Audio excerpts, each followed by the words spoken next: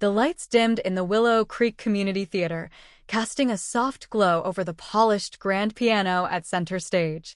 I sat in the third row, right in the middle, my hands clasped tightly in my lap. My heart swelled with pride as my 12-year-old daughter, Mia, stepped into the spotlight. Her black dress shimmered faintly, her dark hair pulled back in a neat bun. She sat at the piano, her small hands poised above the keys, and began to play Beethoven's Moonlight Sonata. Each note floated through the air, delicate and precise, filling the room with a haunting beauty. I leaned forward, barely breathing. Mia had practiced for months, her fingers dancing over the keys at home until the melody became a part of her.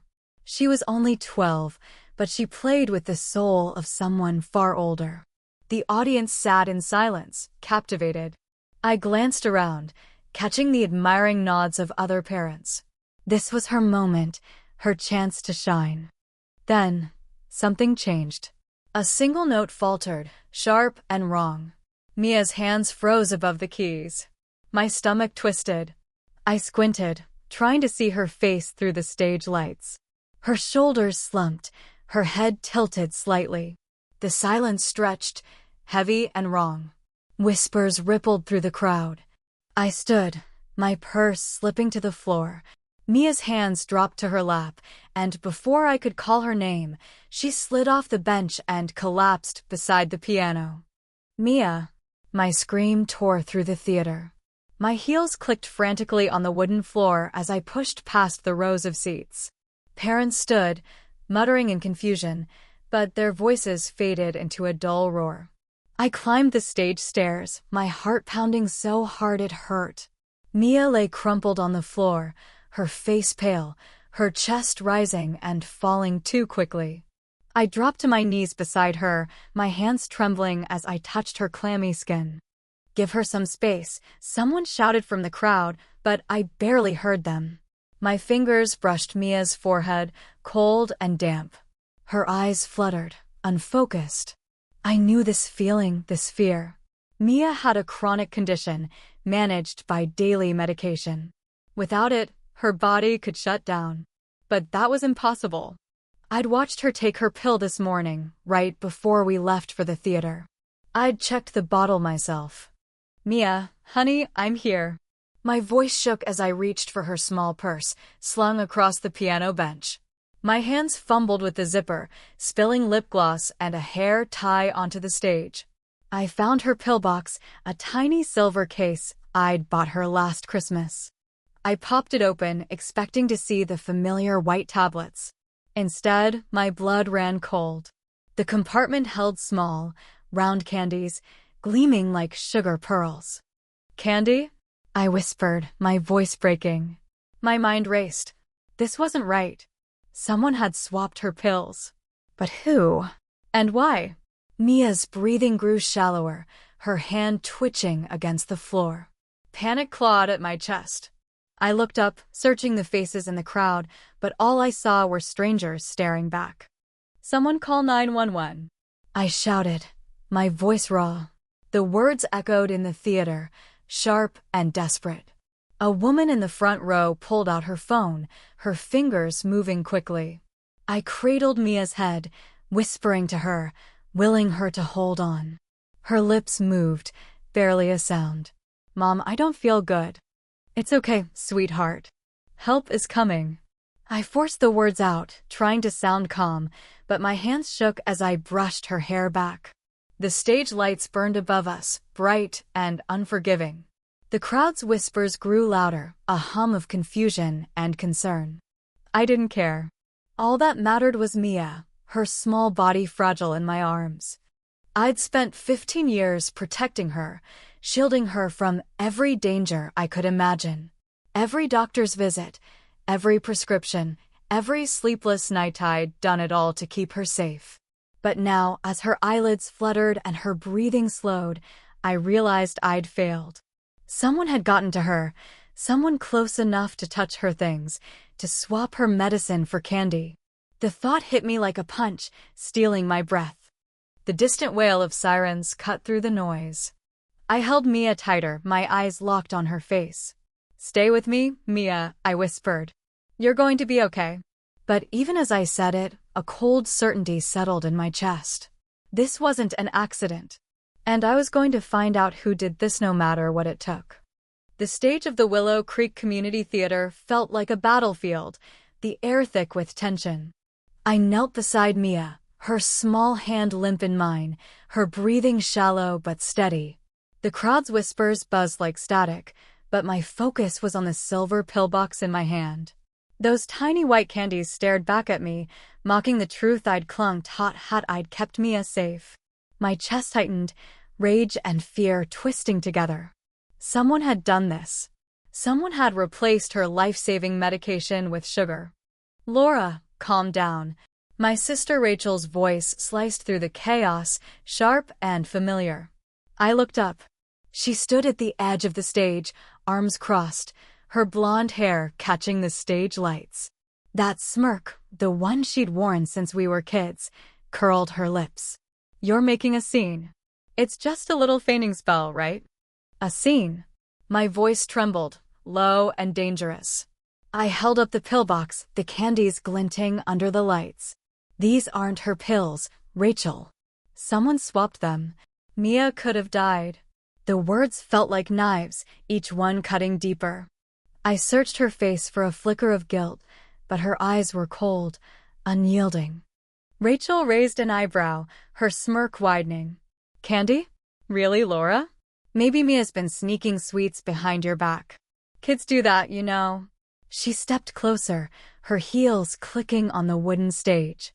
Or maybe, she said, her voice dropping to a whisper, a little humility wouldn't hurt her. She's been so perfect lately, hasn't she? Always the star. The world tilted.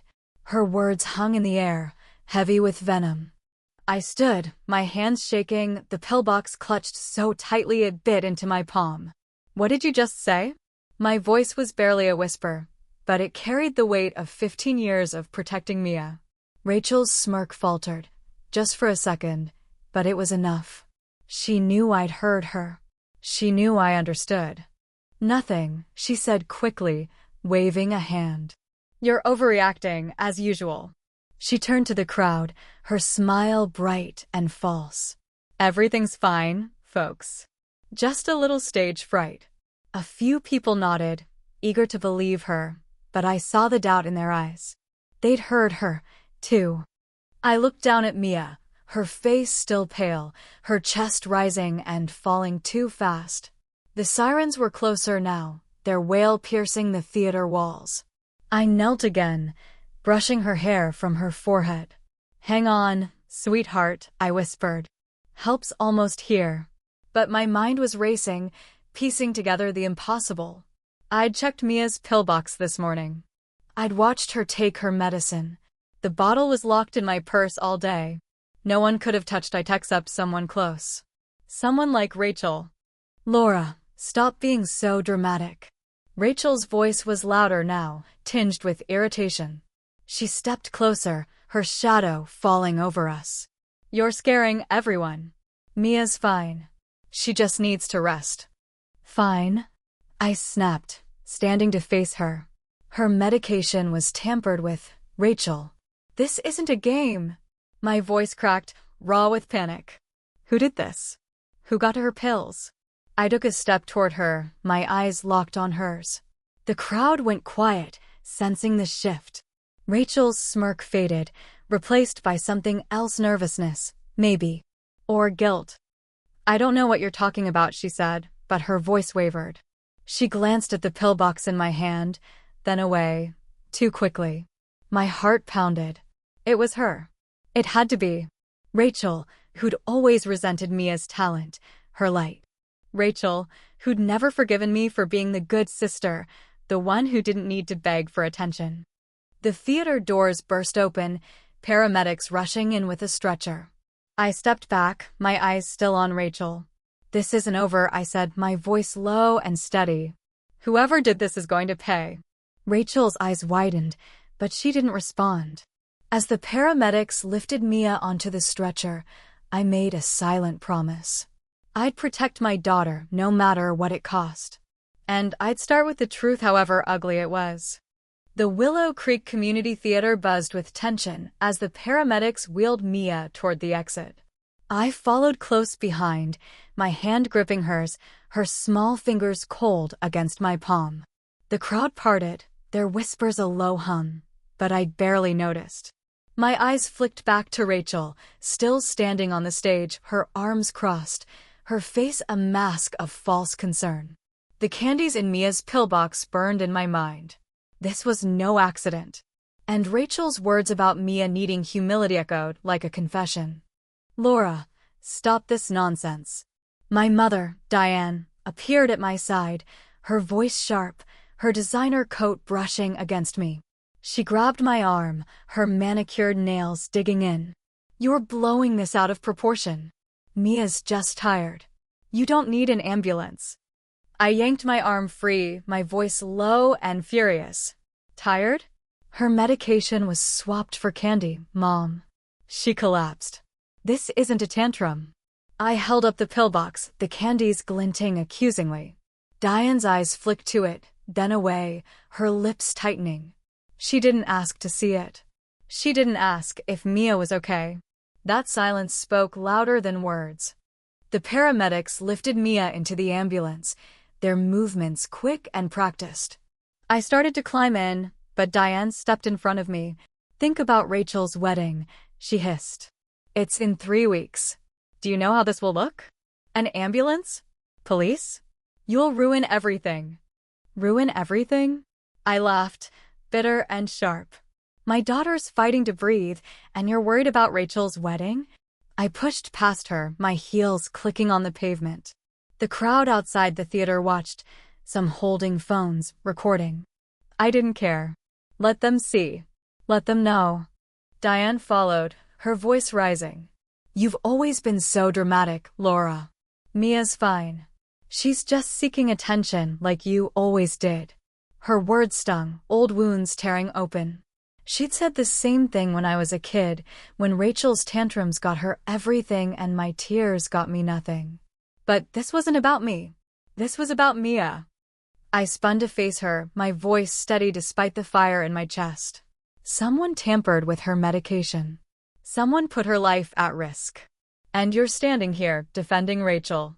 I took a step closer, my eyes locked on hers. Why aren't you asking who did this? Why aren't you worried about your granddaughter?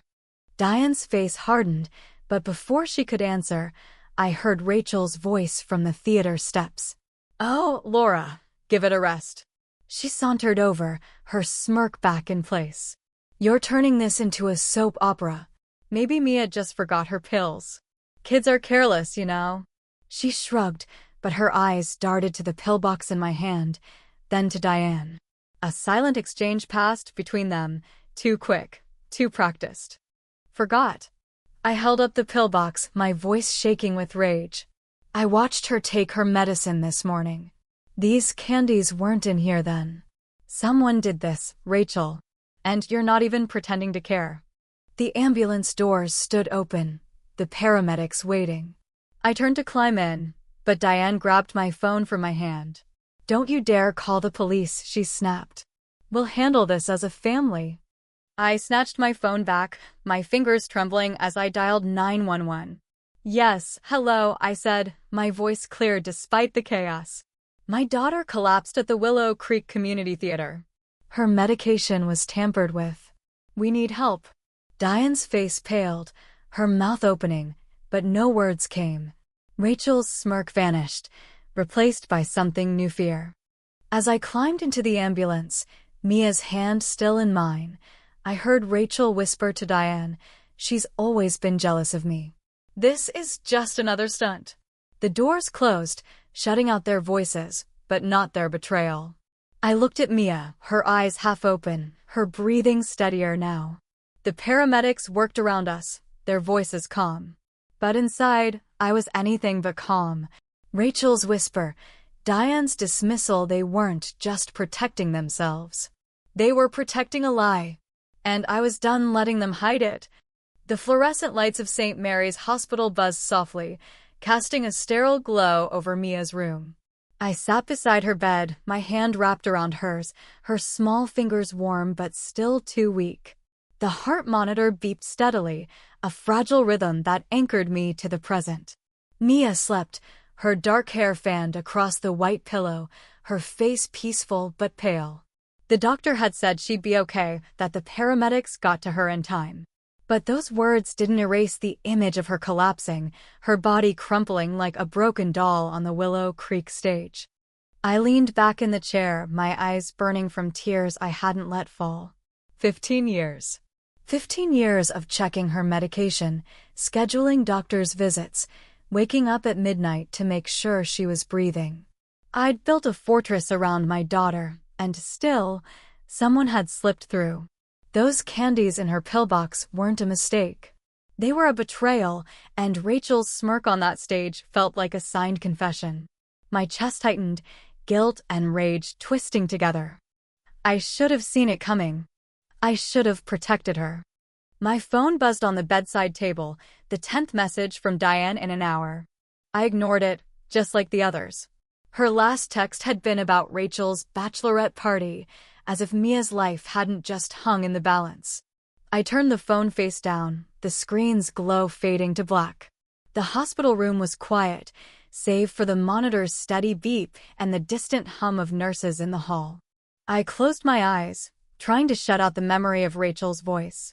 A little humility wouldn't hurt her. Those words were a poison, seeping into every corner of my mind. A soft knock broke the silence. Emma, my best friend since college, stood in the doorway, holding a stuffed bunny and a thick manila folder. Her curly hair was pulled back, her eyes soft with worry. "Hey," she said, her voice gentle. "How's our girl doing?" "Sleeping," I said, managing a weak smile. "The doctor says she'll be fine," but my voice cracked and I looked away, swallowing hard. I can't stop seeing her fall. Emma set the bunny beside Mia and pulled a chair close. "You don't have to go through this alone, Laura." She hesitated, then slid the folder toward me. "I brought what you asked for. Your dad's will and the trust documents." I stared at the folder, my heart sinking. 6 months ago, when Dad's will was read, Rachel had been certain she'd get control of the family trust. She'd bragged about it for weeks, planning her lavish wedding with the funds. When the lawyer named me instead, her face had twisted with a fury I'd never seen. She'd called it unfair, accused me of manipulating Dad. But I hadn't asked for it. Dad had chosen me, and now I understood why. "Thanks," I said, my voice barely above a whisper. I opened the folder, scanning the pages. The trust was worth millions, meant to support the family. But Dad had included a clause, a safeguard against misuse. If a beneficiary acted with moral depravity, their access could be revoked. I looked at Mia, her chest rising and falling, and felt a spark of resolve. Rachel's actions weren't just cruel. They were criminal. "Laura," Emma said softly, "what are you planning?" I closed the folder, my hands steady for the first time since the theater. Rachel hurt my daughter. And Diane's trying to sweep it under the rug, like always. My voice hardened. "I'm going to make sure Rachel's perfect wedding never happens. And I'm going to make them both pay." Emma's eyes widened, but she didn't argue. "Are you sure? This could tear your family apart." "They tore it apart when they went after Mia." My voice broke, but I didn't care. I looked at my daughter, so small in that hospital bed, and made a silent vow. No more silence. No more pretending. Rachel and Diane thought they knew Meth's quiet sister, the one who always backed down. But they'd never seen me as a mother, fierce and unyielding. Mia stirred, her eyes fluttering open. "Mom?" Her voice was hoarse, barely a whisper. "I'm here, sweetheart." I leaned closer, brushing her hair back. "How do you feel?" "Better," she said, her grip tightening on my hand. "But I heard Rachel at the theater. She said I needed to learn my place." My heart stopped. I forced a smile, hiding the storm inside. "Don't worry about her, okay? You just rest." But as Mia drifted back to sleep, her words lit a fire in me. Rachel wasn't just coming for me. She was coming for my daughter. And that was a mistake she'd regret. The hospital room at St. Mary's was quiet, the heart monitor's steady beep a fragile lifeline. Mia slept, her small form swallowed by the white bed. I sat beside her, the manila folder of trust documents heavy in my lap. Emma's words echoed in my mind, "This could tear your family apart." But my family had been broken long before Mia collapsed. Rachel's smirk, Diane's dismissal, they'd drawn the lines. Now it was my turn to fight back. The door swung open, and Diane strode in, her tailored blazer pristine, her face a mask of irritation. "Laura, there you are." Her voice was clipped, as if I'd kept her waiting. "Why haven't you answered my calls? The florist needs decisions for Rachel's bachelorette party tomorrow, and she's a wreck." I laughed, sharp and bitter. "A wreck? About what?" "Her perfect life falling apart." I stood, the folder clutched tightly. "My daughter's in a hospital bed, Mom. Because someone Rachel swapped her medication for candy." Diane waved a hand, her diamond bracelet glinting. "Don't be ridiculous. You're blowing this out of proportion, as always." She stepped closer, her eyes narrowing. "Rachel would never do something so malicious. You've always been jealous of her, Laura. Her charm, her success." "Success?" I stepped toward her, my voice low and steady. "What success? Throwing tantrums until she gets her way? Living off Dad's trust while I work to keep Mia safe?" My hands shook, but I didn't back down. "I know what she did. And you're covering for her like you always do. You can't prove anything." Diane's voice was ice, but her eyes flicked to the folder in my hand. "Stop spreading lies about your sister. You'll ruin her wedding, her future." "Good." I opened the folder, my fingers finding the trust's moral depravity clause. Dad made sure I could stop her. If a beneficiary commits a serious wrong, their access to the trust ends. And Rachel's done worse than wrong. She endangered Mia's life. Diane's face paled, but she didn't flinch. "You're delusional. This is a family matter, Laura. We'll handle it privately." "Privately?" My voice rose, sharp enough to make a nurse glance through the window. "Like you handled Rachel's lies all these years?" "No. This ends now." I pulled out my phone, opening the security app for the Willow Creek Community Theater. I'd requested the footage an hour ago, and there it was, a clear shot of Rachel backstage, moments before Mia's performance. I hit play, and her voice crackled through the speaker. "A little humility wouldn't hurt her. She's too perfect, just like her mother." Diane froze, her eyes locked on the screen. Rachel's smirk, her casual cruelty, it was all there, undeniable. I stopped the video, my heart pounding. "That's not a family matter, Mom. That's a crime." "You're twisting this," Diane snapped, but her voice wavered. She didn't mean it. She was just upset. "Upset?" I laughed, cold and hollow. "She nearly killed my daughter. And you're standing here, defending her." I slipped the phone back into my pocket, the weight of the evidence grounding me. "I'm taking this to the trust board. And the police." Diane grabbed my arm, her grip tight. "You'll destroy this family, Laura. Think about Rachel's wedding. Think about me." I yanked my arm free, my voice steady. "I'm thinking about Mia. That's all that matters." I glanced at my daughter, her chest rising and falling, her face still too pale. "You chose Rachel over her. Over me. But I'm done letting you choose." Emma appeared at the door, her eyes wide. "Everything okay in here?" I nodded, my resolve hardening. "It will be." I turned back to Diane, my voice calm but unyielding. "Get out, Mom. And tell Rachel her days of hiding are over." Diane's lips parted, but no words came. She turned and walked out, her heels echoing down the hall. I sank into the chair beside Mia, the folder still in my lap. The video, the trust, the truth, they were my weapons now. And I was ready to use them.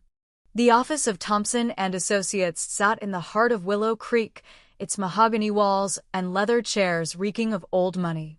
I spread the trust documents across Mr. Thompson's desk, my hands steady despite the storm inside. Emma sat beside me, typing notes on her tablet, her presence a quiet anchor.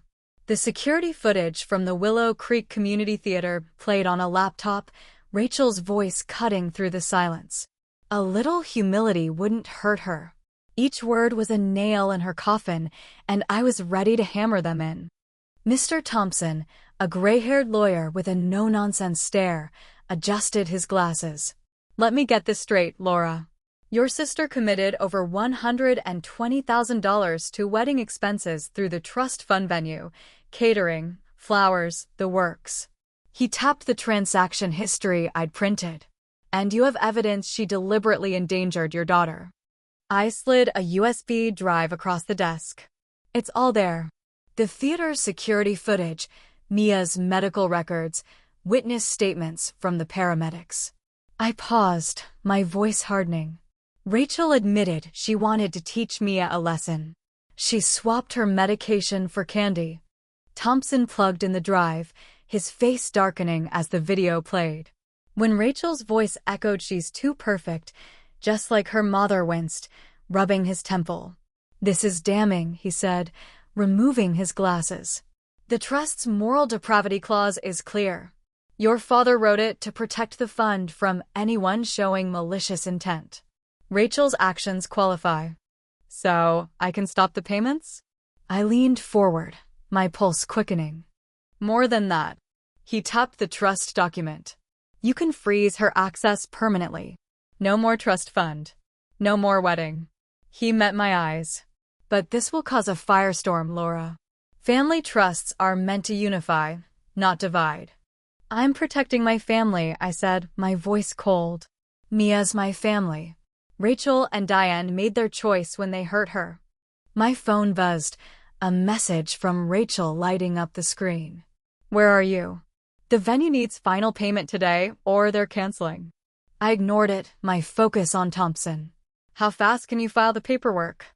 "Within the hour," he said, already typing. "I'll notify the trust board and halt all pending transactions. The vendors will be informed by end of day." Emma touched my arm, her voice soft. "You sure about this, Laura? Once you pull this trigger, there's no going back." I thought of Mia in that hospital bed, her pale face, her whispered fear. I thought of Rachel's smirk, Diane's dismissal. "I'm sure," I said, my voice steady. "They thought they could hurt my daughter and walk away.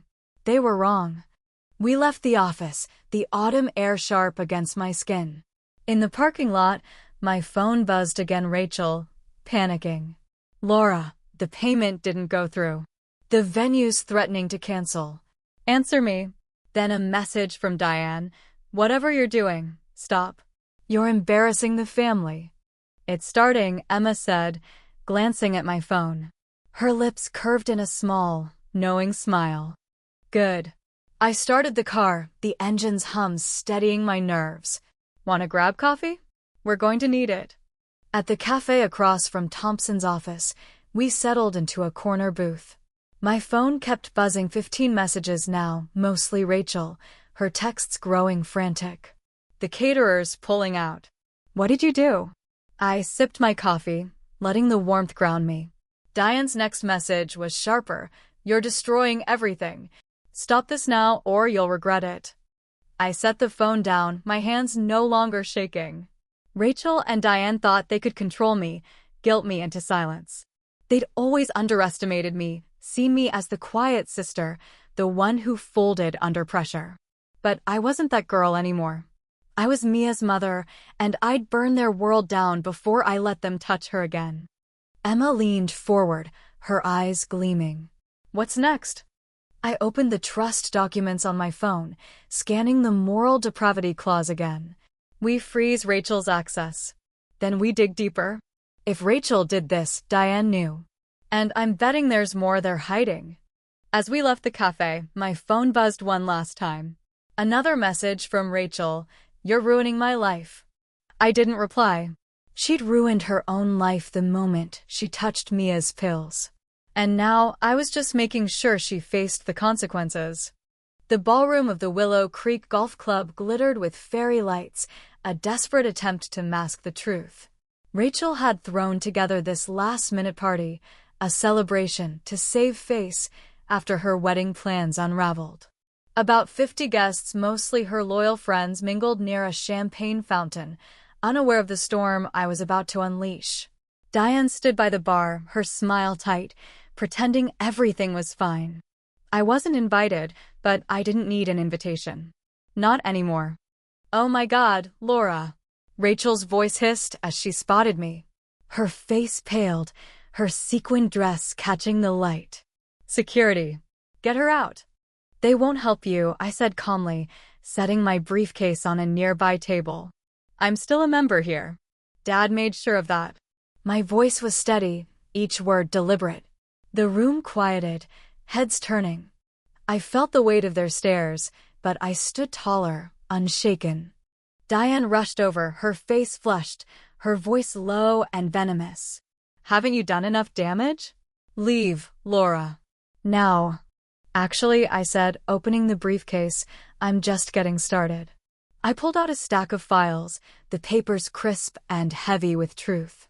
"Want to know why Rachel's wedding fell apart?"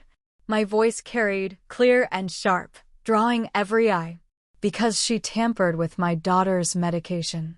Mia, my 12-year-old, collapsed on stage at the Willow Creek Community Theater. She could have died.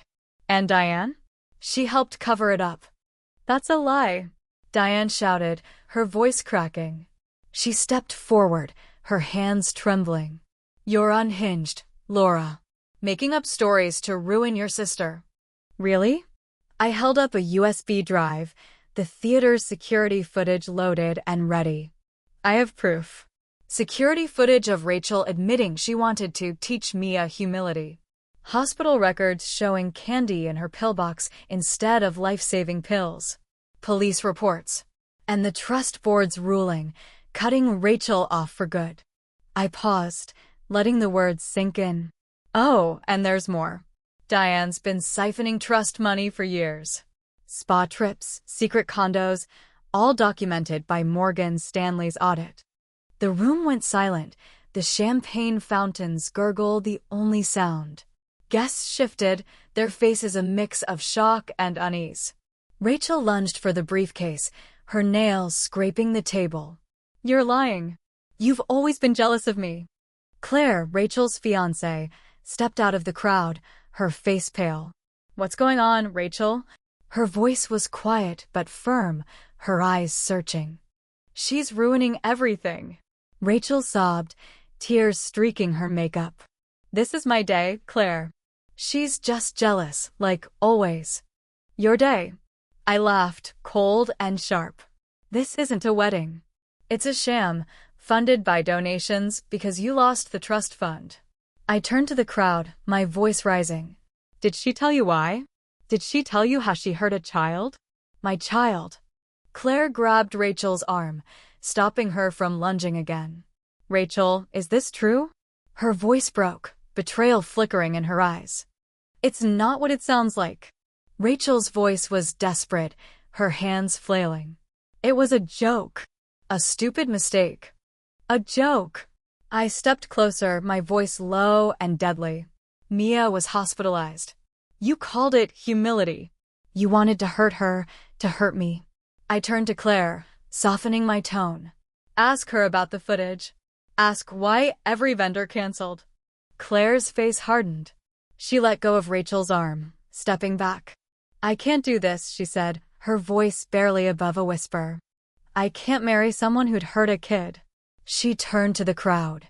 "This party's over." Guests murmured, grabbing their coats. Someone unplugged the music, the speakers falling silent. The champagne fountain stopped, its bubbles dying out.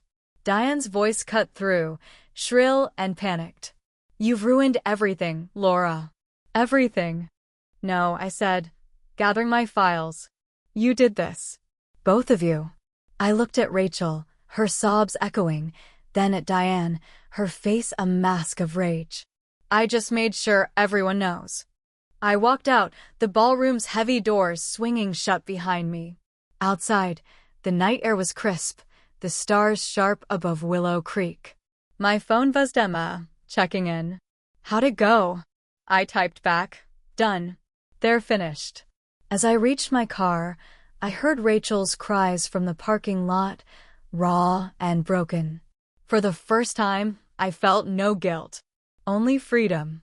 The truth was out, and it was sharper than any revenge. The attic of our old family home in Willow Creek smelled of dust and forgotten promises. I hadn't planned to come here, but Emma insisted we check for any documents before Diane's eviction.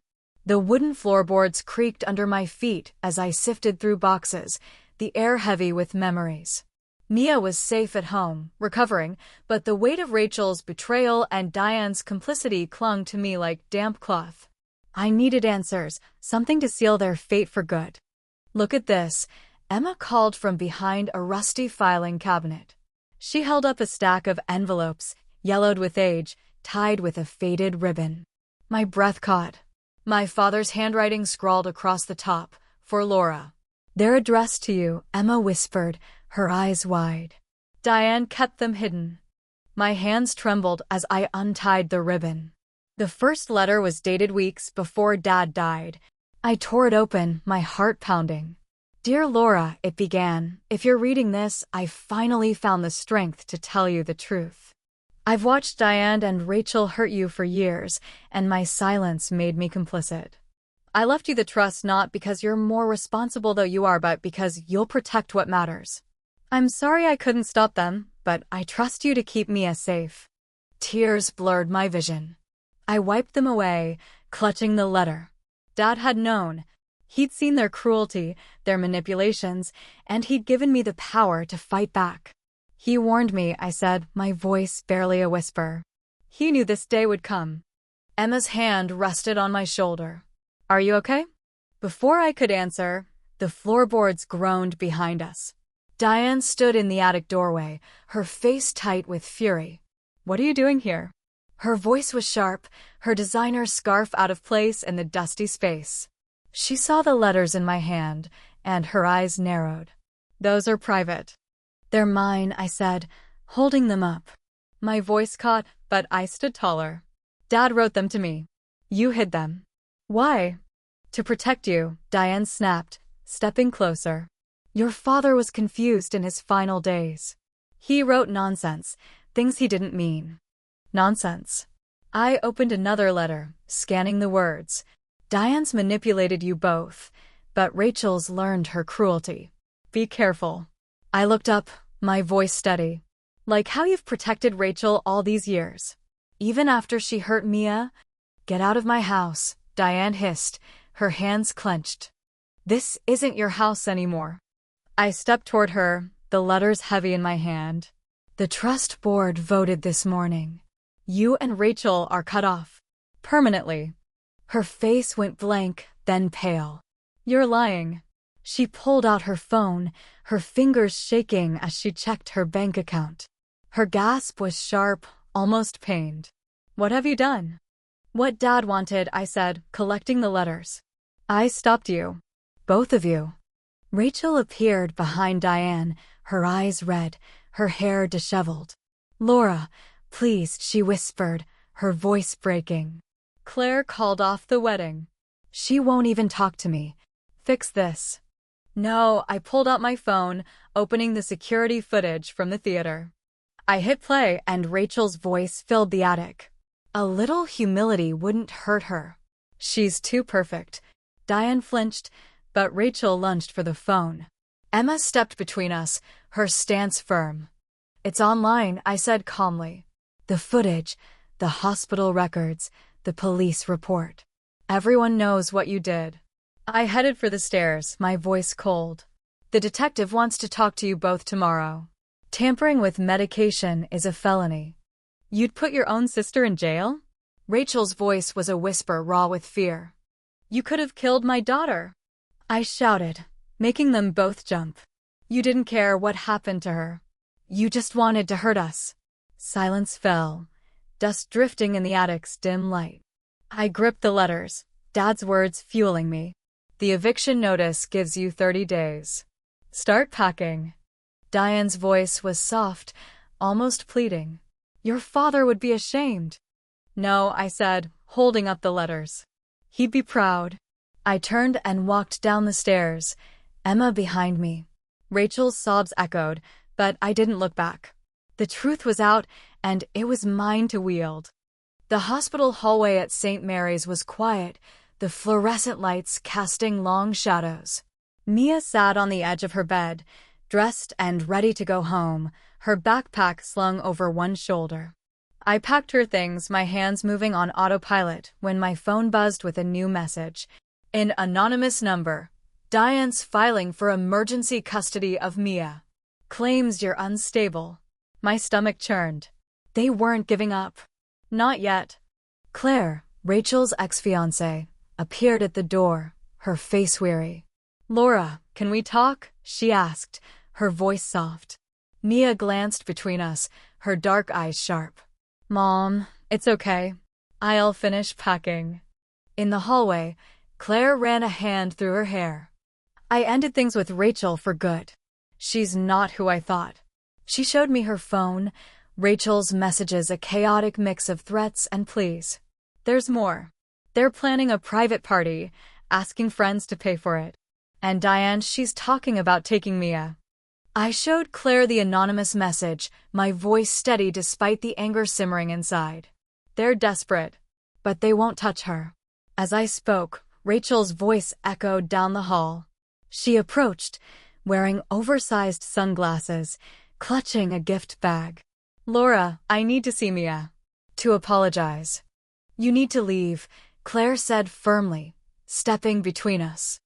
I'm her sister, Rachel snapped, her voice cracking. I made a mistake. I want to make it right. She tried to push past, the gift bag crinkling in her hand. I blocked the door, my voice cold. A mistake?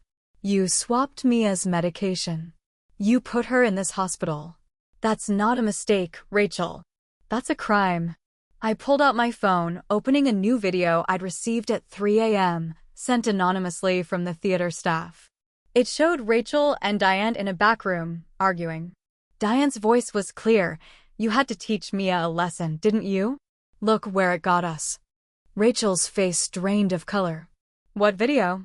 It's with the police now, I said, my eyes locked on hers. Along with the original footage, the hospital records, everything. You're done. You're lying, Rachel whispered, but her hands shook. She looked past me, her voice softening. Mia, sweetheart, I brought you a gift. Stay away from my daughter. My voice was ice, each word a wall.